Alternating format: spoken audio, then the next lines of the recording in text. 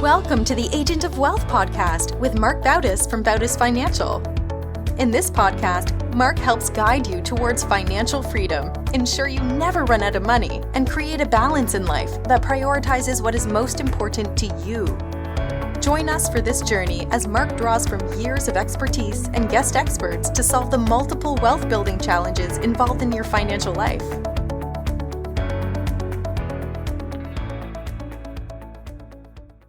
Welcome back to the Agent of Wealth podcast. Today's episode is the second part of a Health is Wealth series, where we focus on how improving your health can also improve your wealth. On today's episode, John Williams is back on the show. John, how's it going? What's going on, Marc? Good to be back. We also have on a special guest, Dr. Vera Tarman. Dr. Vera is an expert on drug and alcohol addiction, especially sugar addiction. She's also the author of Food Junkies, Recovery from Food Addiction. So Dr. Vera, welcome to the show. Thank you. Well, I'm happy to be on the show. Thank you. So it's no secret that nutrition is one of the best ways to improve your health.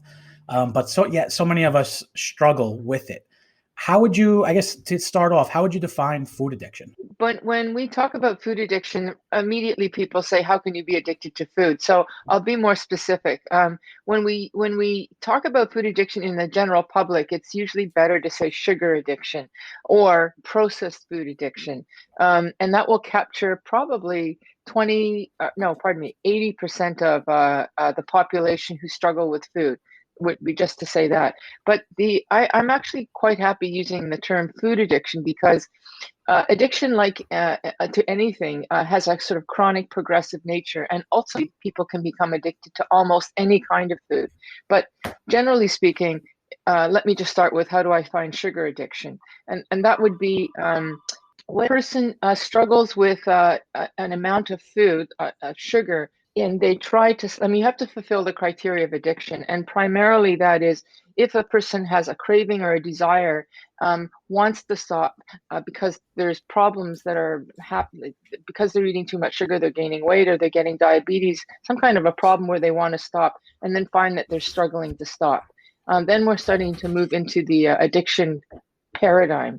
And I would just say that whenever you're on that continuum of struggling to stop, you're wading into the whole world of addiction. And basically that would be the easiest way to define it at this point. What's the difference? Is there a line between liking something and being addicted to it when it comes to sugar? Meaning I like having ice cream, or is it if I can't get a day without have a day go by without having it, that's right when it crosses the addiction line?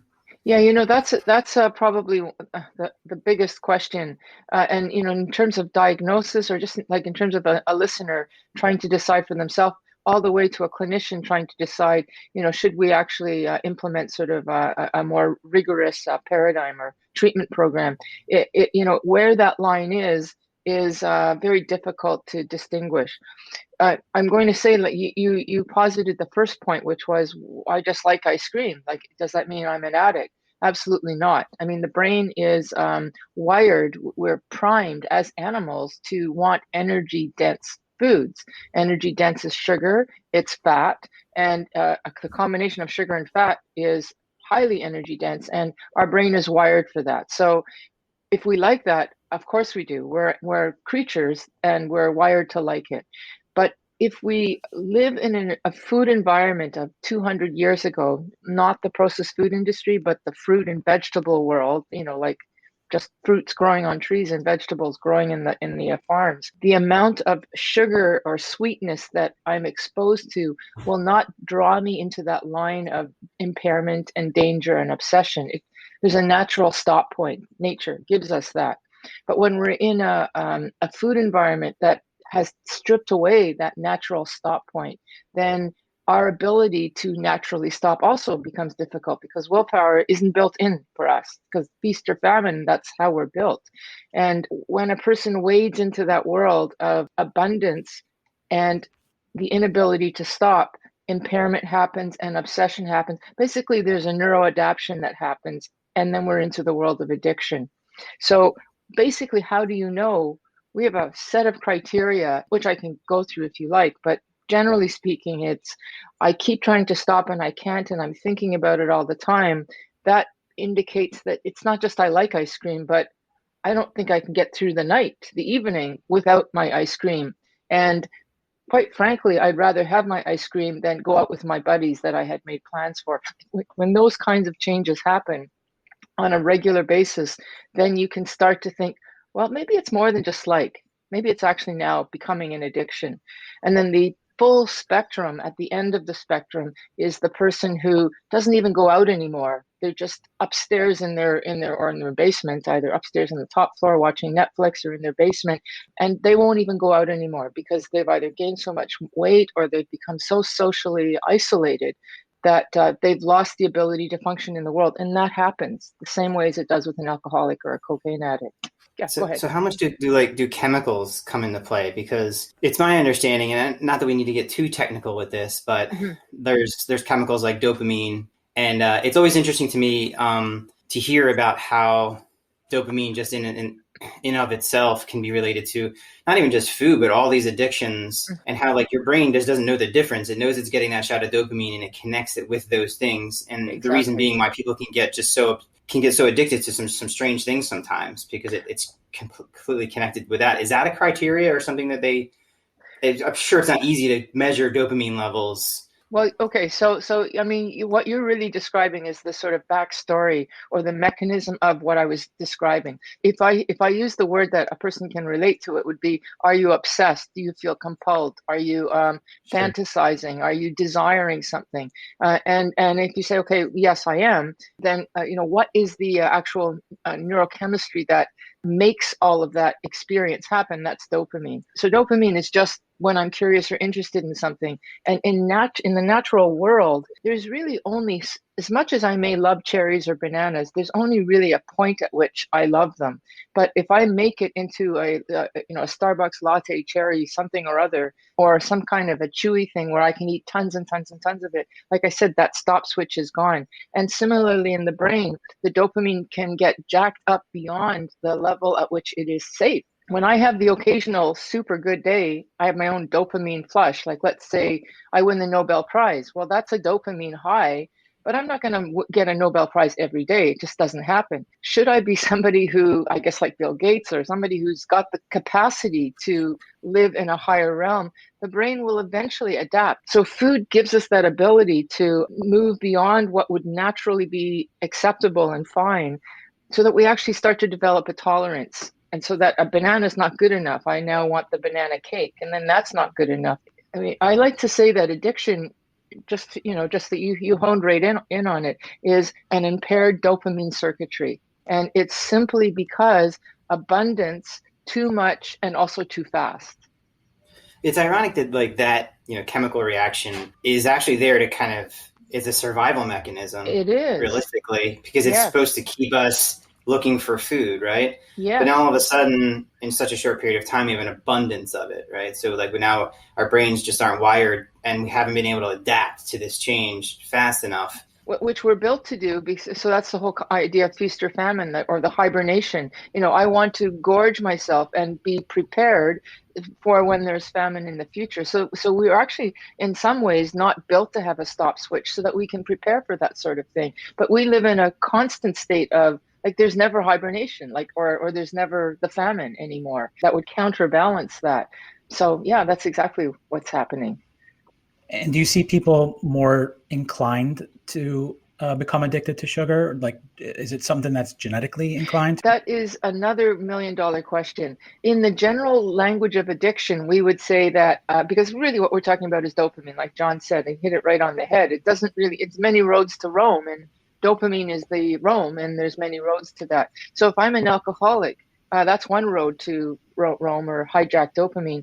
And so that when I stop alcohol, I am primed to want to eat more, which we see. When I work in my clinics, I see people stop drinking, stop their cocaine, stop cigarettes. And now they're eating way more than they did before, because they're trying to essentially transfer the addiction or feel better by using another addiction to soothe the pain of the withdrawal of the other one. So a previous addiction, absolutely. Well, and also exposure. So if I grew up on something as a child, I'm already battering down the receptors and developing a tolerance at a young age, so that I'm now an addict as an adult, which is what we're doing to our kids. That's why this is a really scary thing. I mean, I think that sugar is a gateway for other drugs, because you get the dopamine primed and hijacked, and then you pick it up somewhere else. We also think that there's a genetic predisposition, so that an alcoholic most likely has either other alcoholics in their family or obese people in their family. Like, there's a cross connection there. And that makes sense, because what we're talking about are the dopamine 2 receptors. And there is something genetic about that. How it actually translates to food is still under exploration, but we see a correlation really strongly. And it makes sense to me that it can even be genetic, because in my experience, and this is not research yet, this is just clinical observation, but a lot of it, we're talking a lot now about diabetes and how some people, some cultures, some body types are more inclined to become diabetic more quickly than someone else. Similarly, that seems to be the case with food addiction, that some people are more likely, just genetically, like that taste of sweet and want it more than somebody else. So you'll get the person who says, I don't have a sweet tooth. We all have a sweet tooth, but some people have a really big sweet tooth and others don't. And I do think there's a genetics to that. And those are often the people who are also become diabetic. So I don't know. I do think there's something about the carb sensitivity and sugar. You mentioned a couple of interesting things, and the one that comes to mind is when you talk about like all the different addictions, right? So like there's a lot of similarities with them, but I also hear some differences. Like, for instance, certain addictions you can basically work on your own, but alcohol, for instance, is a very dangerous one. And so there is a crossover between like addiction and dependency and like chemical dependency. Is there a danger when it comes to sugar in that sense, or where does that start and end when it comes to like all these addictions? You're getting a lot of these big questions. This is one where people, even in the addiction world, they'll say, okay, I'm quitting my alcohol, I'm quitting my cocaine, I'm quitting my opiate addiction. Very dangerous, especially now where people are dying like, because of the fentanyl that's out on the street. And so they say, I can actually quit if I can eat a little bit more. I can kind of buffer the pain of the withdrawal by turning to sugar, and that won't kill me, so it's safer. And we've even got books that say that. Have a craving, pop a candy, and cigarettes. You eat candy so that you can quit your cigarettes. It's a question of, I think, which you can choose which way you want to die and how quickly you want to die. An opiate crisis, you can die, an opiate addiction, you can die tomorrow because you picked up the wrong dosage of what you thought you were getting.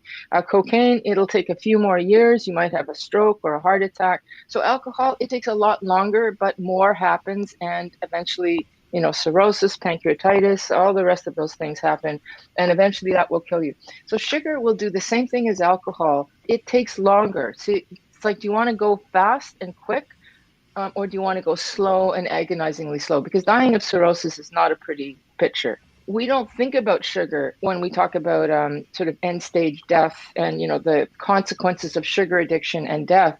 But truthfully, the leading causes of death in society are cancer, heart disease, and stroke. Those are like the 3 leading ones. Well, what feeds those but sugar? And we don't actually say, well, this man died of sugar addiction, but we look at him. He's got fatty liver like alcohol. He's got enormous amount of weight around his belly, which is what we call visceral fat. That's the consequences, basically metabolic syndrome.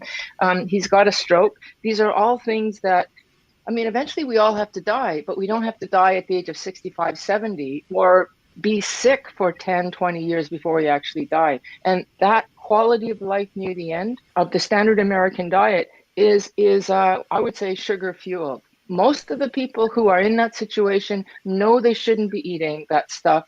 They're struggling and they can't put it down. And we don't acknowledge that, okay, they're dying basically of the effect of the refined carbs or sugar, and they're not able to stop. This is the piece we're starting to recognize that bit in the whole keto movement and paleo movement and all that stuff, but we're still not going to that next step of, well, that guy knows better, but he still can't stop. And why can't he stop? Because we're not acknowledging the power of sugar. And that sugar, I want to tell you, it is a damnable foe. If I can just tell you that I've had crystal meth addicts say to me, it was easier to put down the meth than it was the sugar. It's not a dramatic, but it's a slow, agonizing, well, very slow, like I said, diabetes. Like diabetes is not pretty, and that could be halted if you stop sugar. And the person knows that, and yet they can't. That's sugar addiction. What are some ways that someone can stop it? How does someone? Well, first of all, acknowledge this is an addiction. This is not just me not having good willpower. This is not just me not really getting it or being lazy. I mean, it's just so much more powerful that even when you want to, it's hard to quit. So when you're not really committed, it's even harder to quit. You're sitting on that wishy-washy fence. So the first thing that we have to do is acknowledge that it's an addiction and the strength of that addiction. And that's going to, I mean, we already know that when you look at the commercials that laugh about that, cravings and you can't put this down. I mean, it's all a big joke. It's not a joke. So we need to stop laughing at it as if it were a joke. So basically what I'm saying is we need to have a societal shift in recognizing, just like we did with cigarettes, this is not something to laugh about. This is something to take serious. And if you want to quit smoking, I'm going to help you quit smoking. You're ready to quit. I will do everything I can to help. That's not the way it was 10 years ago, but that's the way it is today. Can we get to that now with sugar? And I'm hoping that even less than 10 years, we'll get to that place. Now, if I say, I want to quit sugar, somebody's going to say to me, why, Vera? Your weight is great. You don't need to. You don't have diabetes. Go ahead. You can have one. We wouldn't say that with cigarettes anymore, and we have to do that the same with sugar. So that would be the first thing, is a societal shift and respect for this addiction as being as powerful or even more powerful than alcohol or all the rest of it. And then the next thing is to have support, because we're social creatures. And if I see you nibbling at something, I may be saying to myself, I don't want that, but I've seen it. Like we're very easily influenced, and the advertisers know that. Well, we need to have a buffer advertising that supports us. And I'm coming from the addiction world, where we have programs like 12-step programs, which are essentially artificial social bubbles to counteract the societal message of the only way you can have a good time is to go out and put one on, or have cake, or have a birthday party. You know what I mean? So we need to have some kind of social buffer that says, if I want to quit, it's very easy to quit. Yeah. Do you see people more successful quitting cold turkey or weaning themselves off of sugar? Both. So I'm a proponent for cold turkey, but I do believe in a bridging kind of like harm reduction, but not with sugar. So let's say I want to quit, I'm used to having a muffin a day. And if I were to do it cold turkey, it is a withdrawal. That's the other thing. We have to acknowledge that it's a withdrawal. People will say, I feel deprived. How can I sleep? The bad news is, that feeling of deprivation is just simply withdrawal. That's what it is. And if I recognize this is an addiction, then I'll know, like any other addiction, it only takes 3 or 4 weeks to get through the withdrawal symptoms. And then what I have to deal with are all those social cues that tell me it's not an addiction and go ahead and pick it up again. So if I can get through the 3 or 4 weeks in total cold turkey, I'll get past it. And then I just have to deal with basically relapse prevention, which is don't pick up again. Just like you quit cigarettes, you don't want to have a smoke on the weekend or a puff of somebody else's cigarette, because you're just going to start smoking again. So that 3 weeks is really holds true. Like that when they say like it takes 3 weeks to break a habit. I mean, absolutely. But the 3 weeks is not pretty. Like you're going to be craving, you're going to feeling deprived. I'm not going to be able to sleep. So what I would suggest for people who just simply cannot imagine doing that is, that's where the whole world of sweeteners are. And can I find foods that are not exactly perfect, but they're not sugar at least? That's where I would say, yeah, okay, so go and I don't like protein bars and stuff like that, because that's just sugar too. But, can I eat foods and put sweetener in it? That will help at least a little bit. Ultimately, you want to get off of that too, because the sweetener will still make you want sugar, but it'll help you get off. So it's like the pact. Ultimately, you have this dopamine thing. So like that's why, like at the end of the day, your brain doesn't really know what's going on. It's like it's the sugar, exactly. It's the cigarettes, it's this, but it's working off of that. Now, when I look at some of these athletes who make these amazing comebacks, right? So I know I can rattle off a bunch where they literally come from a land of addiction to these amazing athletes, because they were able to find a way it seems, and I can't say for sure, but like take one addiction and add it, in a way, it's kind of a good addiction. Are there things that are equally, or I mean, obviously I'm hitting on one, or is it better to just like get yourself off the dopamine and then get into something else, as opposed to like really kind of feeding one addiction with the other, even if it is a good addiction? Well, the thing is that you have to define what addiction is, because what I would say for something like that is that's a person, the athlete, who's taken. I mean, when you want to sort of right size dopamine, it takes about 3 or 4 weeks to right size it, but you don't want to wipe it out. So when I hear about an athlete, I think this is a man who's found a passion, which is another word for a large dopamine amount. But when we have a passion, like, you know, you might have a passion for the work that you do. You're not steadily high all the time. You have peak moments when it's really good, and other times when it's not good, but you know it's going to be good again. That's basically dopamine at its natural element, where we have natural highs and natural lows, but they never go beyond a certain point. If the athlete starts to not go home because they have to stay out there and work harder, if they start to impair their other social relationships, they start to hurt themselves physically. And then they start to develop the same patterns of behavior, which are obsession, impairment, can't stop when I want to, then it's an addiction.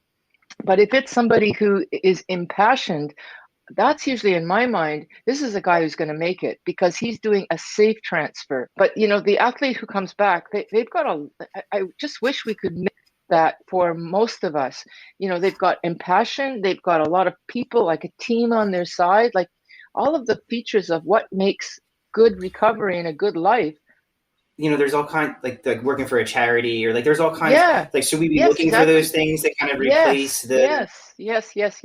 That's what dopamine is meant for. So that's great. Yeah. And so sports has an immediately, it's got a formula that works for that. And if you've got a job that you really like, there's a formula. Now you can abuse that, but you can also make it really work for you. I mean, I'm a doctor. I love my job. I'm it's my spare time, and I'm talking to you guys, but I'm good with that because it's part of the passion.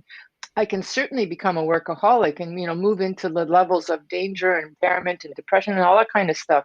But it doesn't mean you have to throw that stuff out. Like, you want to recover and then find a healthy boundary, which is the natural, if I want to say, the natural boundary. It's just that in our society today, we don't learn how to set boundaries. We don't have those stop switches that are naturally built in anymore in so many ways, including probably sports. But the person knows, you know, there's a certain point at which I should now go home, or I'm hurting. If I do more, I'm going to hurt my back or my knees, so I got to stop. If they can do all of that, that's great. This is a great formula for recovery. Like, I'm really happy when I hear people say, I want to volunteer. I've got a job where I'm very well respected. I like sports, like, because those are all where dopamine can thrive. Do you on the eating better, eating healthier, not eating sugar? Yes. Do you recommend someone put some kind of structure around their eating, whether it's following a plan, following a diet, or is it kind of just wing it? I don't like the idea of winging it. That might be something at some point a person might be able to do, but early days, if they've been abusing food, chances are, because of the fact that you can't stop eating food completely. I can just stop drinking alcohol, but I can't stop eating food. I would encourage and not to do it yourself, because addiction, when you're at that level of addiction and the dopamine is in the ether realms of normal, it will hijack my thinking. And so I will think that the stupidest thing makes the most sense. It makes total sense. So I can't do this on my own. That's why we say have a sponsor, but it could be a coach. It could be a therapist. It could be your friend that you trust. Say, look, I want to do this plan. Let's say they follow the keto plan, which is, you know, mainly protein and fat. Well, some people go crazy on that. And so they need to have somebody to check them and say, look, aren't you going a little bit too far? Like the idea of the sports person who might be moving into the addicted realm. So I would suggest that you have parameters, mainly because you've lost your sense of how to make a parameter, and your ability, the person who's suffering from the food addiction's ability to set those parameters has not been healed yet. They haven't learned yet. They're not to be trusted yet. it's like when we have somebody in the treatment center, we don't let them walk out into a dangerous neighborhood because I don't trust that they're going to be able to say no. They might be able to in 6 months or a year, but not then. So it's the same idea. You don't want to walk into a dangerous neighborhood. So no bakeries, no having stuff. If you're going to a restaurant and you're at a buffet, you tell your friend, could you go up there for me? Because I don't want to go up there because I'll find a reason to think that cheesecake is part of my food plan. Yeah, totally. Like the relapse part of it too is probably just as hard as, oh my God, yes. if not harder than the actual 3 weeks. Yeah. Because we're surrounded by it. So if we're not telling our loved ones like, hey, look, this is really important to me. You need to help me with this. Yeah. You know, if like one person's trying to quit alcohol and the other person's drinking every night, it's probably not going to work. Like I think about a lot of times when we're, thinking about our clients and like how we can help them the most. And I often think about how, because I do some coaching on the side for runners and sometimes I see these similarities between like what we do and just sometimes we lose focus on like, oh, we're helping this person with wealth management. But at the end of the day, like it's almost like this holistic health kind of idea, like, like whether it be your finances, like your nutrition, your love life, all these things at a very high level, they're all kind of working on our brain in the same way, through our brain in the same way. So I've more now try to like, I was like, wow, it's a very emotional, very chemical reaction type of a situation in all these things. And wealth management is not any different in the sense that, an example might be like, we might ask somebody, hey, you need to control your spending. Well, in their brain, like they might have a dopamine connection with spending. Like they like to spend money, buy nice things, like do all these things. And we might be the buzzkill. Like it's hard to be the buzzkill and you don't want to be the buzzkill. You really want to help them. So I do think sometimes when you say, hey, look, you need to stop doing this, like we lose them because like, and they don't even realize it, it's important to them, but like, it's such a subconscious thing that like, maybe they don't take the steps to like, maybe make those changes. And it's related to like what you're almost in a weird way to like this sugar addiction. Yeah. The thing that you can tell them is that, it takes 3 weeks to lose a bad habit kind of thing. If you can just tell them, look, you just got to ride this hump, like this desire to want to spend or to want to eat. When you don't feed it, the desire does start to ebb. And it's not like you have to find something to match it. You just let it ebb. It's like a fire that slowly starts to peter out. And the fire will always be there on a low ember, so I can easily flood it again and then make you want it again. But as long as I don't keep feeding it by putting a bit of oil on or whatever, or wood or something like that, just keep it as a burning coal. And that might be the dopamine that is the passion that you have. But just if you can just tell them, it's hard now, but if you don't feed it, it will get better. Give it 3 weeks and it will just naturally, without you having to do anything, you don't have to say extra calcium or extra vitamins or whatever. It will just be less and less and less. And I see this happening all the time. People say, I can't believe it, but I feel free of this monkey on my back. And just having an apple is delicious now. Like it just happens naturally. And it's a beautiful process that gets upended if somebody says, hey, you're doing really well, have a piece of cheesecake. Well, then you're not exactly back to square one, but you're back into the whole withdrawal piece. It does happen. It really does. You just have to believe it and not cheat. The cheating is what prolongs it. It's just like when you smoke cigarettes. It would really be done in 3 or 4 weeks, but people have a little smoke here and a little smoke there. They put the patch on, and I mean, it might be taking the edge off, but it's prolonging. And the prolonging, it's hard to be in that place for a very long time. We're really good at like convincing ourselves that like one more is okay, or like I'll start tomorrow. Yeah, we know that a candy bar has sugar. We know that ice cream has sugar. We probably and then let's say we do that, we quit and we get that cold turkey. But I think it can creep up on us very quickly. Absolutely. We might look at, that's the job of the coach, the sponsor, the whoever it is to say, hey, you're starting to sound like this. And I'm going to give you a concept or an analogy, which I find very useful. When the person is in that, they think this makes total sense. I'm going to just take the edge off and I'll start again tomorrow, whatever the lie is that they're telling themselves. Any kind of mental disorder of any kind always has its own kind of delusionary pattern. So a schizophrenic, I think I'm hearing something. And if you tell me, no, Vera, there's nothing there, I'm still thinking there's something there. When I'm out of it, I'll recognize that was a delusion. That was an actual lie that I was telling myself, a delusion. The addiction delusion is exactly what you said. I can do this tomorrow. It's okay. One more won't count. Those are so typical. Ask anybody and they'll give you the same line. Like just as you said it, I thought, oh my God, I've heard that a million times, because that's the delusion of addiction. Just like the delusion of schizophrenia is people are after me, the devils are after me. I don't know what it is. It's typical stuff that you hear from every schizophrenic on some version. You will hear this same stuff from the addict. And you just see this is a delusion. And the sooner you recognize your particular version of that delusion, or your coach does, your sponsor does, your wife does, and says, hey, that delusion is coming up, watch out. But we'll believe it, just like the schizophrenic will believe it. There's no shortage of diets in our world. And you mentioned keto, and like I feel like there's always these, like, they come up, we'll call them fad diets. Is there one that you like, or is there like a direction? It doesn't even have to be a particular diet plan perspective. Do you have any thoughts there? I generally try to be very inclusive about the various food plans. From a food addiction point of view, I would say quit sugar, refined carbs. So sugar for sure, refined carbs like flour. So that means muffins, bread, cereal, and all that kind of stuff. Quit all of that. That will already chop off 60% of the, or maybe more, of your obsession.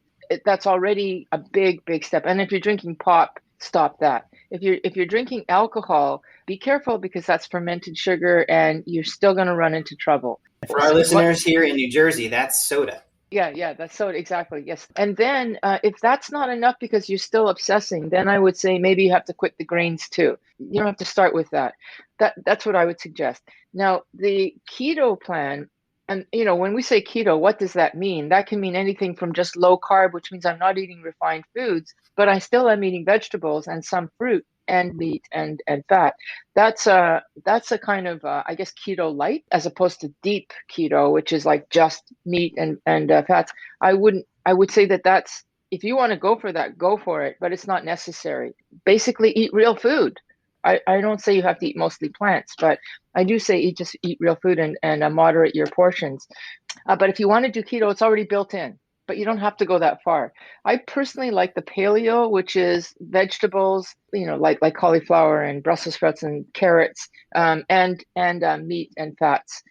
A lot of similarities between like keto, and I feel like a lot of the most recent diets, even like Atkins, was more towards the protein and just getting away from carbs just as much as you can. But I have seen people, vegans and vegetarians, who don't eat the meat, so they have to eat carbs. The ones who are successful, not the ones who are eating French fries, they're just as sick as everybody else, whether it's meat based or not. But the ones who are successful are the ones who are eating the complex carbs. So they're still eating those vegetables that I'm talking about, and they're not eating the refined crap. Like they're eating the same kind of good quality real food.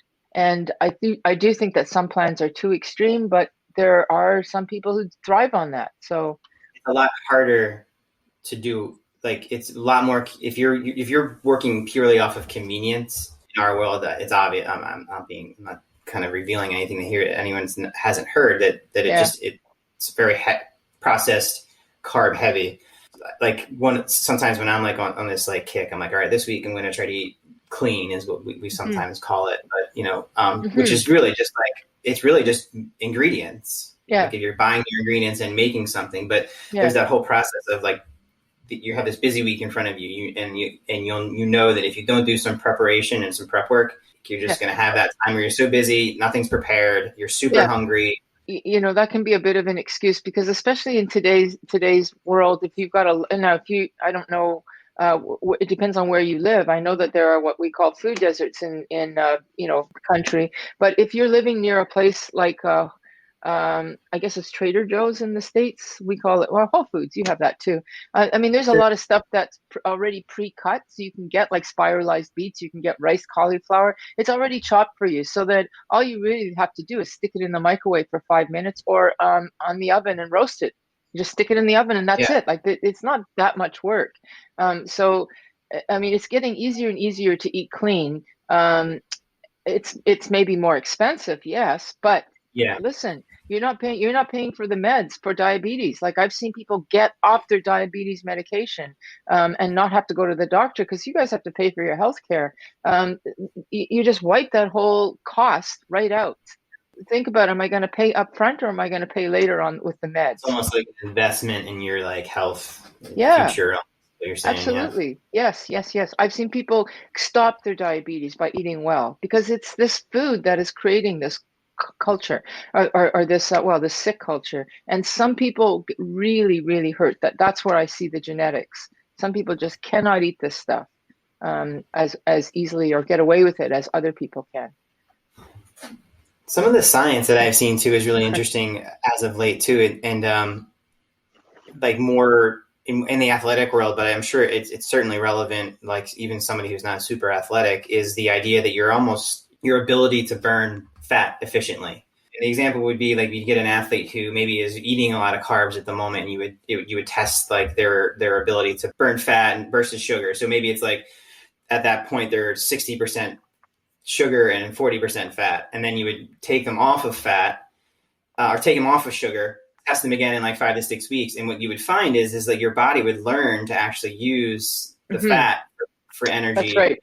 Yeah, we don't need sugar. There is like that 3 weeks. It's not just like the dopamine, but it's also this idea that you're training your body physiologically actually to like use fat and accept the fat and burn the fat as if it has the sugar, it's just gonna be like, oh, this is easy. Boom, let's just grab that kind of deal. And I always found that interesting that like you're actually doing more than just getting over the addiction, but you're almost training yourself.